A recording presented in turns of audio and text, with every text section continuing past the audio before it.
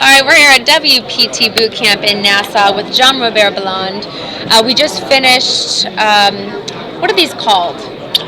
They're called labs. Labs. And basically what's happening is there's several of us pros, and we're acting as dealers, and we just deal around hands to these new players and just give them tips as we go. Everybody holds their cards, and we tell them what we thought of their fold, and we just discuss hands and the way they were played and betting amounts and raising amounts. And it's interesting because as I'm teaching these things, there are certain things that you know instinctively, but you never really talk about it.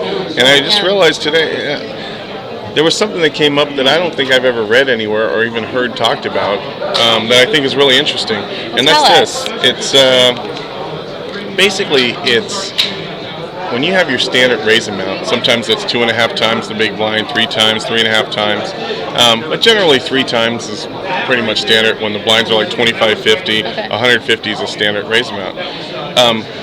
If you're in the big blind, your consideration for calling may be different from a button raise or a cutoff raise than it is versus the small blind.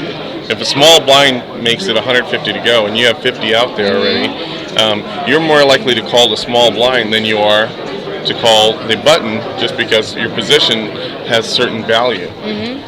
Because of that, sometimes when you're in the small blind and you're raising, instead of making it your standard raise 3 times, you may want to consider raising a little bit more, maybe making it 4 times on a small one, just to make up for being out of position, and to make sure that the person that's in position give them a little more incentive to lay down. And it's just something interesting. You do it with every hand? Like, say if you have pocket aces, I mean, you do that?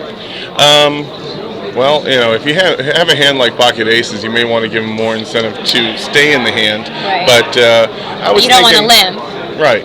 Well, it really depends on how aggressive your opponent is. There's no right or wrong answer to it. But I'm just saying, in general, you want to motivate the big blind off of his hand a little stronger in the small blind. So maybe make your raise more than your standard if you're coming out of the small blind, if it's just blind against blind. That was something that came up today I thought was really interesting. Yeah, I was actually sitting at Cloney Gowan's table, and she taught us some very interesting stuff, and that was one of the things that came up, is I never know how much to raise, and a lot of the time I don't raise enough. So, you don't raise enough? What would be like your standard raise? Well, like if, okay. Blinds are 25-50 right now. What would be your raise? In the last hand I raised 250, which I think is fine. But if someone raises and say I'll re-raise, I don't re-raise enough. Re-raise amounts, right.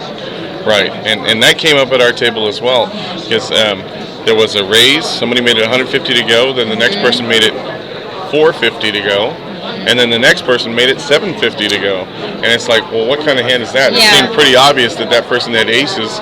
As it turned out, they had kings, and they're kind of pricing in other people, so you want to make sure you don't price in your opponent. Those are things to consider, and there's no definite, okay, well, this is the formula, 2.5x. No, you just have to say, well, how much money do I need to re-raise this person to price them out of this pot, and do I really want them to leave?